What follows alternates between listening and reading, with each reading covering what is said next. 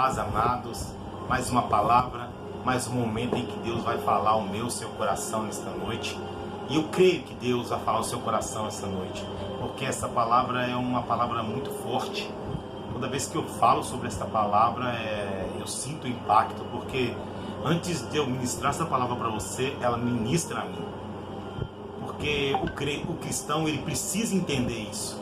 O cristão, ele precisa entender que ele nunca vai estar pronto diante de Deus, que ele sempre vai estar em falta de algo, que ele sempre vai precisar de algo a mais, que ele nunca estará completamente dentro dos planos de Deus.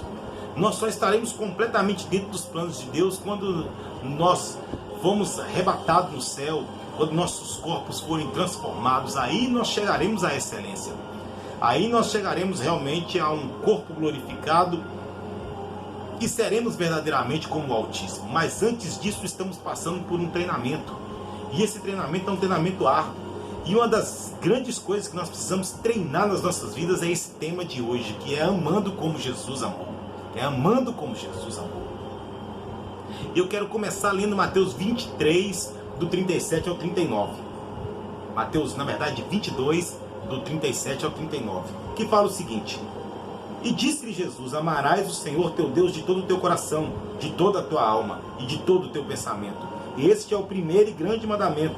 E o segundo é semelhante a estes: amarás o teu próximo como a ti mesmo. E em João 13, 34, ele torna a dizer novamente: Um novo mandamento eu vos dou, que ameis uns aos outros, como eu vos amei a vós, e que também vós ameis uns aos outros. Por que ele fala um novo mandamento? Se esse mandamento já era um mandamento antigo. Porque Deus estava enfatizando algo novo nessa hora. Porque Jesus estava passando um mandamento agora, não simplesmente de palavras, mas um mandamento com o seu testemunho de vida. O homem, ele perdeu essa referência de testemunho. Quando Adão pecou, o homem perdeu essa referência. Quando Adão se separou de Deus, ele perdeu essa referência. A única referência que o homem tinha, então, de perfeito e de santo era Deus. Mas o seu Deus era um Deus invisível. Era um Deus poderoso que se manifestava de várias formas, mas a sua aparência física era uma aparência invisível. E é por isso que as pessoas gostam de ter imagem. É por isso que as pessoas, a vida inteira, até mesmo o povo de Israel, sempre procurou adorar outros deuses, sempre procurou, porque eles sempre queriam um Deus que eles podiam ver, um Deus que eles podiam palpar, um Deus que eles podiam pegar. E é por isso que Israel entrou em muitos desacertos durante a sua vida, porque eles não queriam um Deus invisível, e Deus queria se manifestar para eles como um Deus invisível. O Deus Todo-Poderoso, o Deus de Israel, o Deus invisível. Mas Deus tinha um plano de se manifestar ao homem, através do seu Filho Jesus. E Ele fez isso. Hoje nós temos uma referência que foi vista, uma referência que foi pegada, uma referência de experiência física, palpável, como Tomé palpou, como Tomé pegou nas feridas de Cristo, e ele pôde realmente confirmar com as suas mãos e com seus olhos que ele tinha ressuscitado. Mas ele também, durante todo esse período de 33 anos, ele mostrou que era possível amar, que era possível se importar com as pessoas, que era possível morrer por um povo que o odiava, morrer por um povo que iria o assassinar de uma forma bárbara, como foi a crucificação de Cristo. Porque a crucificação romana, até hoje, foi comprovada que era a maior, era a forma mais terrível de se morrer, era a forma mais sofrida de se morrer, era a crucificação romana. E depois eles aprenderam esse amor, não só por ouvir falar, ou não só de ministrar, mas de mostrar com suas práticas. Os apóstolos foram realmente a referência de Cristo na terra. Os apóstolos realmente levaram adiante aquilo que Jesus ensinou, que era o amor, ao ponto de morrer pelaquilo que eles acreditavam, de morrer pelas pessoas, de dar a sua vida pelas pessoas. O próprio Estevão, que era apenas um diácono, que estava começando na sua carreira, não tinha chegado ainda ao grau máximo, mas ele morreu e as suas últimas palavras ao ser apedrejado era o seguinte: Pai, perdoa-os porque eles não sabem o que fazem. As mesmas palavras que ele viu o mestre dele falando na cruz do Calvário, ele pronunciou. Por quê? Porque ele aprendeu na prática, ele aprendeu de verdade. E é o que eu quero incentivar você a fazer nesta noite. Precisamos amar, mas não amar só de palavras, amar com esse amor verdadeiro, o amor ágape, o amor que Cristo tinha, o amor que ele demonstrou por nós, pela igreja, o amor que ele demonstrou por mim e por você. E se você está hoje focado demais nas coisas desse mundo, eu quero te balançar você nesta noite e dizer: pare um pouco, reflita, o que você tem feito pelo seu próximo? Quem é o seu próximo? O seu próximo é só o seu pai e sua mãe? O seu próximo é só os seus irmãos? O seu próximo é só os seus vizinhos? Ou o seu próximo é o mundo? Eu gostava muito de John Wesley, porque quando John Wesley foi expulso da sua igreja, aonde ele pregava, porque ele não estava concordando com aquilo que estava sendo ensinado, e ele começou a pregar um novo evangelho, as pessoas, quando expulsaram ele da igreja que ele estava ministrando, eu lembro que um dos jovens, lendo as suas biografias, ele dizia: e agora, aonde você vai pregar? O que você vai fazer? Qual paróquia você vai? E ele olhou assim e disse: aqui está a minha paróquia é o mundo, minha paróquia será o mundo, eu vou pregar para o mundo, eu vou ser missionário, eu vou rodar as nações, eu vou pregar a palavra. E é isso que tem que nascer no nosso coração. O nosso coração tem que queimar por isso, o nosso coração tem que queimar por ajudar as pessoas. Você tem que desenvolver isso, mas isso não desenvolve só por estudar. Você não vai desenvolver isso só por me ouvir falar. Quem dera que ao terminar esse vídeo aqui, você já se torne o homem e a mulher do amor. Mas isso não é simples assim. Os apóstolos, quando Jesus morreu, eles voltaram para os seus afazeres. Pedro mesmo estava pescando.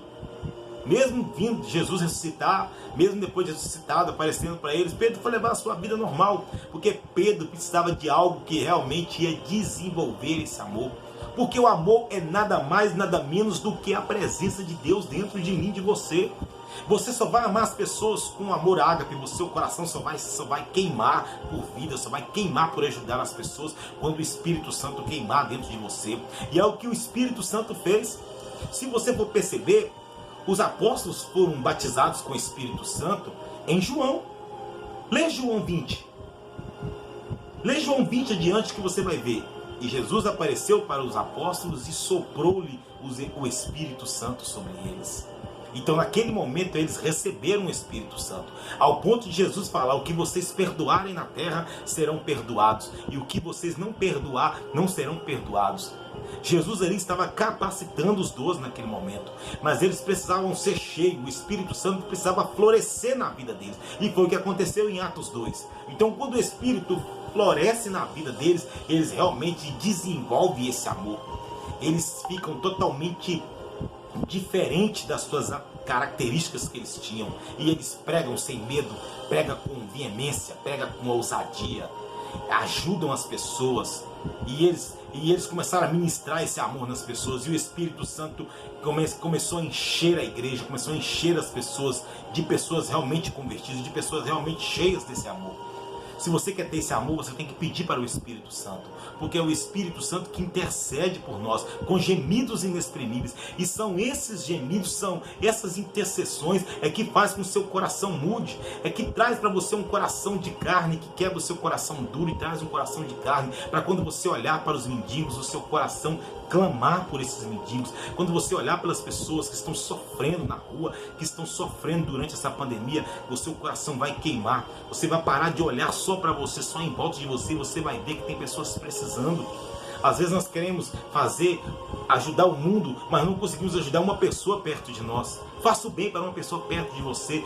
Comece a mudar o seu comportamento. Ajude alguém que está ajudando alguém. Faça alguma coisa. Se desperte. É momento de amar pelas pessoas. Você ora pelos seus familiares. Você ora por alguém necessitado da sua família. Você ajuda alguém da sua família. Quem é você falando sobre amor? Quem é você quando se fala em ajudar, em acolher, em fazer o bem por alguém? Precisamos refletir isso, querido. Eu sempre digo que a maior característica de uma pessoa provar que tem Deus dentro dela é se ela conseguir amar. É se ela conseguir amar. Porque a palavra diz, ore pelos seus inimigos. Ame os seus inimigos. E ore pelos aqueles que vos rodeiam, pelos aqueles que querem te fazer o mal. É isso que Jesus pediu para a gente fazer, para a gente orar, para aqueles que nos perseguem, para aqueles que querem nos fazer o mal. Porque quando a gente se tornar bom de verdade, não haverá reservas para que o Espírito Santo atue dentro de nós. Não haverá limites que o Espírito Santo não possa usar. Mas, para mim, a maior abertura que o homem dá para o Espírito Santo é quando ele deixa ser trabalhado nessa área. Precisamos amar as pessoas, não só de palavras, mas de vida, de comportamento. Você precisa amar pelas almas. Você já chorou pelas pessoas que estão morrendo sem salvação? Como é você? O que passa no seu coração quando se ouve essa palavra inferno? Que a palavra inferno, quando se ouve essa palavra inferno, automaticamente você lembra de perdição e perdição eterna. Qual é o seu sentimento quando você escuta alguém falando: aquela pessoa morreu sem salvação, aquela pessoa está no sofrimento eterno? Isso mexe com você? Isso mexe com o seu coração? Isso mexe com o seu interior? Ou você fica tranquilo, como se nada acontecesse? Quando seus parentes morrem, sem ouvir falar de Jesus, sem ter sido uma pessoa boa, sem ter sido uma pessoa que realmente alcançou a Cristo, qual é o seu sentimento a respeito dessa pessoa? Quando você passa na rua, que você vê uma pessoa sem teto, sem o que comer, sem o que vestir, como o seu coração reage a isso? Precisamos ser mais humanos, querido. Às vezes você vive uma vida de reclamação, uma vida falando: eu queria isso, eu queria aquilo outro. Você já visitou alguém que não tem nada? Você já foi na casa de alguém que tem necessidade de verdade? Porque se você começar a sair do seu mundo de fantasia, do seu mundo de abastança, de vida plena, você vai perceber, querido, que você é muito mais abençoado do que você pensa. Quando você pensar em reclamar pela comida, pelas roupas, pela sua casa, pelo carro que você tem, visite uma clínica, visite uma casa de recuperação, visite uma pessoa bem simples, e você verá o quanto que Deus tem te abençoado e o quanto que você tem sido ingrato às vezes.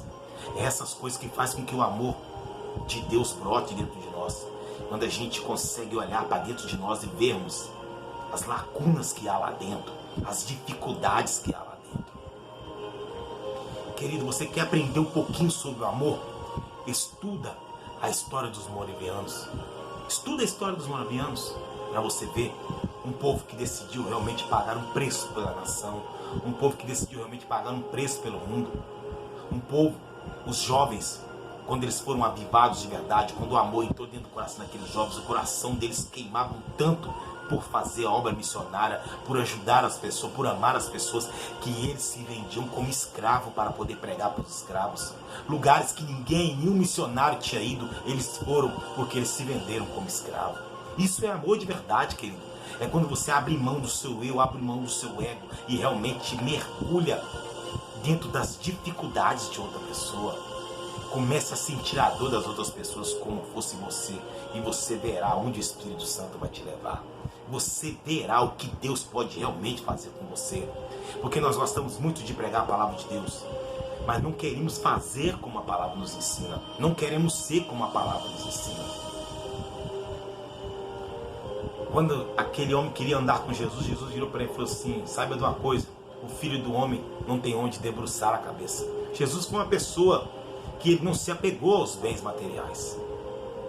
Jesus foi uma pessoa que a vida inteira se preocupou em estar perto das pessoas e fazer a vontade do Pai.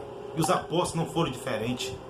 Recebiam oferta, recebiam ajuda, e eles vendiam entre si e repartiam entre todo mundo, e ninguém tinha necessidade de nada. O dinheiro não era preso em um lugar só, o dinheiro circulava. Porque o dinheiro não era importante, o que era importante era amar as pessoas, era fazer a obra de Deus, era morrer pelo reino de Deus. Desculpe. Então isso é importante. O importante é isso, meu irmão. O importante é morrer por uma causa. Do que adianta viver sem um propósito? Do que adianta viver sem uma direção? Do que adianta viver para ser só um dos 6 bilhões de habitantes? Não, você precisa viver, mas entender que o alvo maior é morrer por um ideal. É viver uma vida focada no ideal, e o ideal é amar. A pessoa que ama, ele é mais feliz. A pessoa que ama, ele é mais saudável. A pessoa que ama, ele está sempre pronto, sempre disponível. É obediente, é como uma ovelha muda que vai ao matadouro, é aquele que ama, porque ele sabe que o bem maior é servir. Está disposto a servir? Ou você só serve quando lhe convém? Precisamos mudar a nossa mentalidade. Eu comecei a estudar sobre a história da igreja primitiva, e comecei a estudar sobre a história da igreja reformada, a história da reforma. Comecei a estudar sobre os reformadores, comecei a estudar sobre a história da igreja. E o que você vê do início ao fim da história foram pessoas que decidiram amar. Pessoas que decidiram amar o evangelho, amar as almas, amar as vidas. Pessoas que decidiram abrir mão do seu próprio eu, do seu próprio ego, abrir mão do seu próprio destino para fazer a obra de Deus. Quantos homens que tiveram uma vida como Agostinho, que foi um homem que decidiu estudar, que era um homem totalmente letrado e que abriu mão de tudo para fazer a obra de Deus, para desenvolver nas literaturas cristãs, para dedicar a sua vida numa vida de piedade, de amor pelo próximo.